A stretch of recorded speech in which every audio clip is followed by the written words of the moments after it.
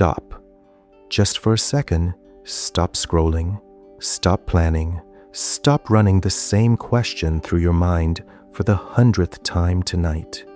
You've been asking me for a sign, not once, over and over, for weeks now, in your circumstances, in the words of people around you, in numbers you keep noticing on clocks and receipts, in dreams you wake up trying to decode. Here's what I need you to hear before anything else. The sign already arrived. It didn't come as thunder, and it didn't come wrapped in the drama you were bracing for. It came as quiet. Right now, if you stop moving long enough to notice your own chest, you'll feel it. A settling. A pause underneath the noise you've been carrying around all day.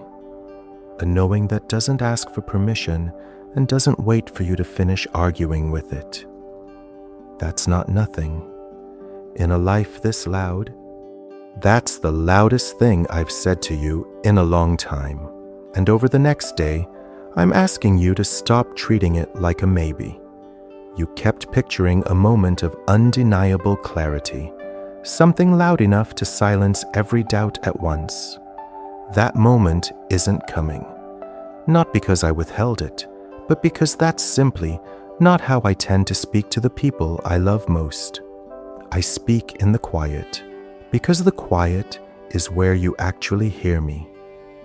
My child, I know how tired you are, and I don't think you've let yourself admit how deep that tiredness actually goes. This isn't the tired that a good night's sleep fixes. This is the tired that comes from years of checking, comparing, replaying conversations at 2 a.m. to see if you missed some clue. You've become a collector of signs, almost without meaning to. One shows up, and for an afternoon, you feel steady. Then, the doubt creeps back in by evening, and you're searching again, hoping this next one will finally be undeniable enough to hold. I see the whole pattern, even the parts you'd rather I didn't. I see you refreshing the same apps late at night, waiting for a stranger's post to somehow answer a question that only you can actually answer. Do you know what all that searching is quietly costing you? It's costing you the present moment, piece by piece. It's stealing your ability to simply live inside today, because you've convinced yourself today isn't safe to enjoy until you've proven it's the right one. You want the entire map laid out before you're willing to take a single step. I understand the impulse, more than you might think, but I was never going to hand you the whole map at once. I hand you the next step, just one. And then I wait to see whether you'll trust me enough to take it before you can see what comes after. That's not me withholding something from you. That's how trust gets built, slowly, one unproven step at a time. I know that's not the comfort you were hoping to hear tonight. You wanted a map, and instead, I'm handing you a single flashlight, just enough light for the step in front of you. But a flashlight is enough. Let me tell you something most people spend their whole lives never figuring out. Everyone wants an external sign, something they can point to later and say, "See, that's why I did it. That's my proof." Everyone wants a cosmic thumbs up before they'll commit to anything that matters. But the loudest sign I give rarely comes from outside you. It comes from somewhere inside you, in a place words don't reach easily, in a part of you that's older than your anxiety and quieter than your doubt. When you finally stop the search and go quiet, even for a moment, something rises. Not an argument you can win, not a conclusion you reasoned your way into with a whiteboard and a list of pros and cons. A knowing that simply sits there, steady, without needing to defend itself to anyone, including you. That's what I've been pointing you toward this whole time. It might show up as relief, the kind where your shoulders drop half an inch before you even notice they've dropped. It might feel like the tight place in your stomach finally loosening after weeks of clenching. It might just be the sudden absence of the usual static running through your head. None of that announces itself with fireworks or a booming voice. It arrives the way morning light moves across a room, slow enough that you almost miss the exact moment everything changed. You've been asking me for a headline, something so obvious that no one, including your own doubting mind, could argue with it. You already have something better than a headline.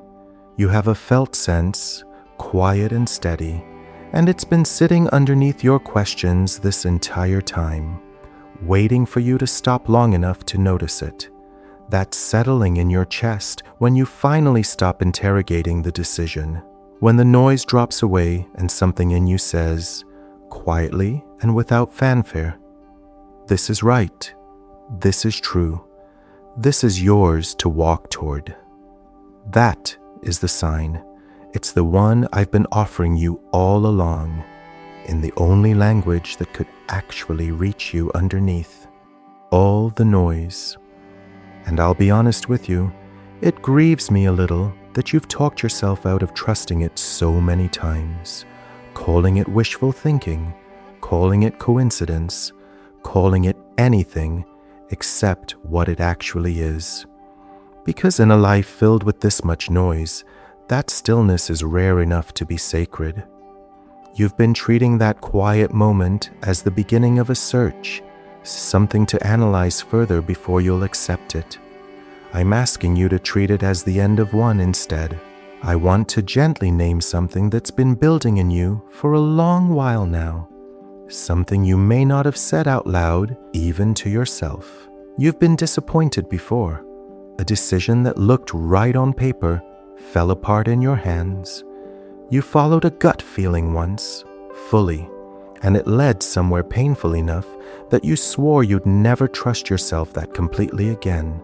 So somewhere along the way, quietly, without ever deciding to, you stopped trusting your own read on things. Now you go looking for proof outside yourself, because if the proof comes from somewhere else and things still go wrong, you get to say the universe misled you. The signs pointed you the wrong way. It wasn't really your fault. You don't have to carry the full weight of having chosen for yourself. Here's what's actually happening underneath all that searching, if we're honest about it together. It was never really about needing more information.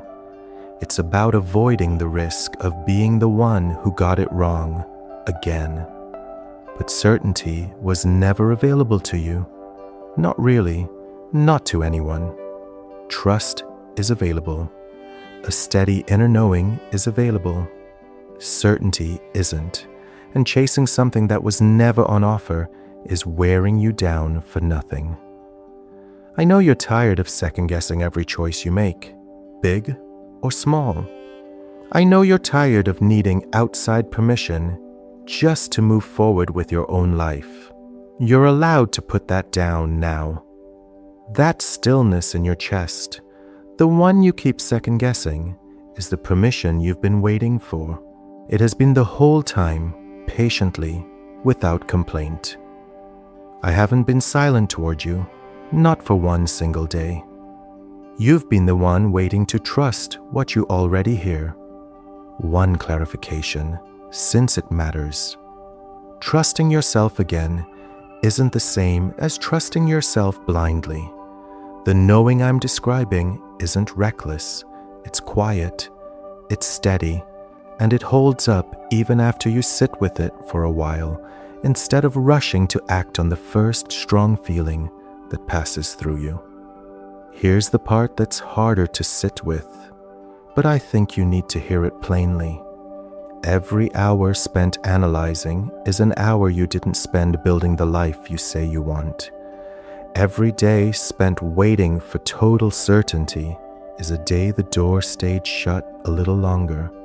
not because I closed it on you, but because you never actually walked toward it. You've been calling the delay wisdom. Sometimes it genuinely is wisdom, and I'd never ask you to abandon discernment. But often, if you're honest with yourself in the quiet, it's fear wearing a longer, more respectable coat. Because if you admit that you already know what to do, then you have to act on it. And acting means you might be wrong. And being wrong to you right now feels almost unbearable, like it would confirm something terrible about your worth. So you keep asking for one more confirmation, one more sign, telling yourself that then, finally, you'll move. But that day rarely arrives on its own schedule. There's always one more angle to consider, one more reason it makes sense to wait just a little longer than you already have. Waiting for total certainty is really just a slower, gentler way of deciding not to move at all. Certainty isn't a finish line you eventually cross with enough effort. It behaves more like a horizon. It keeps its distance no matter how fast or how far you chase it. But here's what I actually know about you. Even on the days you don't believe it yourself, you've survived things that should have broken you completely, and you kept going anyway, often with far less certainty than you're demanding of yourself right now. That quiet knowing sitting in your chest isn't random, and it isn't self-deception dressed up to look spiritual. It's me, settling something true in you, in a place where there used to be nothing but static and second-guessing. Please don't waste it by arguing with it one more night. You don't get the years you've already spent back, and I won't pretend otherwise. But you get tonight and tomorrow. The pattern doesn't have to keep repeating itself simply because it's familiar. Familiar isn't the same thing as true. A quick clarification before we move on. I'm not telling you to ignore wisdom or stop thinking things through when a decision genuinely calls for it. What I'm asking you to release is the habit of demanding proof before you'll trust something you already sense clearly. Wise caution asks a few honest questions and then moves. Endless stalling asks the same question 100 different ways, hoping one will finally feel safe enough. You already know which one you've been doing. Let's simplify this whole thing, because I think you've made it more complicated than it needs to be.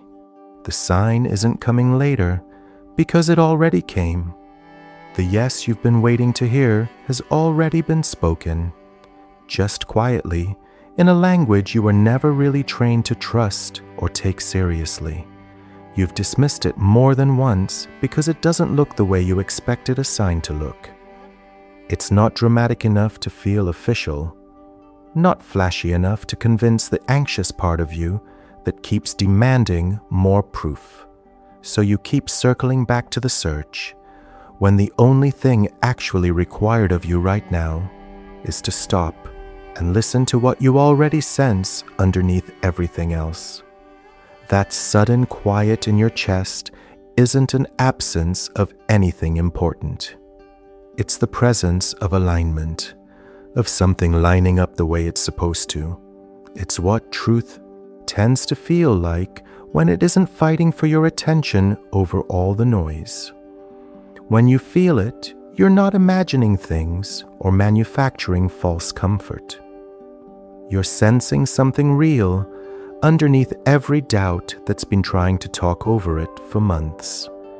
Your part now is simply to trust what you're already sensing, rather than auditing it for the 100th time tonight.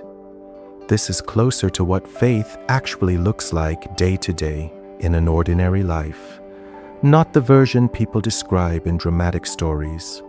It's less about arriving at certainty and more about moving on what you already know, even before you can fully explain it to someone who asks you to justify it. It's trusting, a feeling that hasn't finished making complete logical sense yet, and taking the next step anyway, with your eyes open. The quiet you feel tonight is a real signal, not a placeholder for a better one that's coming later. It's been the signal all along, patiently waiting for you to stop overriding it. Over the next day, I'm not asking you to feel more certain than you do right now.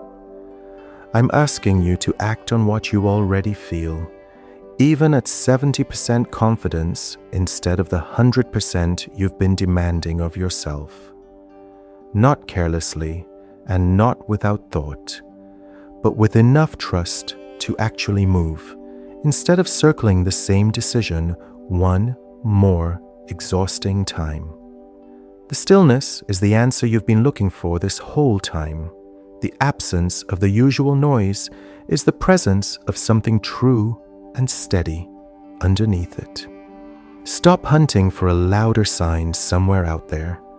Start trusting the quiet one you already carry. Part of you is still waiting for something more dramatic, the kind of sign that feels undeniable from the outside. But undeniable signs rarely leave room for trust. They leave room for certainty, and certainty was never the point of any of this. Trust requires a little risk built into it. Without that risk, it isn't really trust, it's just math. If any of this is landing somewhere in you tonight, there's a verse worth sitting with before you move on with your evening. Be still and know that I am God. Psalm 46:10. You don't need to comment anything below, and you don't need to prove to anyone that you were here. If you'd like to mark this moment for yourself, you're welcome to write that verse in the comments, or simply the word still. Either way, the message has already done its quiet work in you, whether you type anything or not. Here's what's likely to happen over the next day or so you're not caught off guard by it.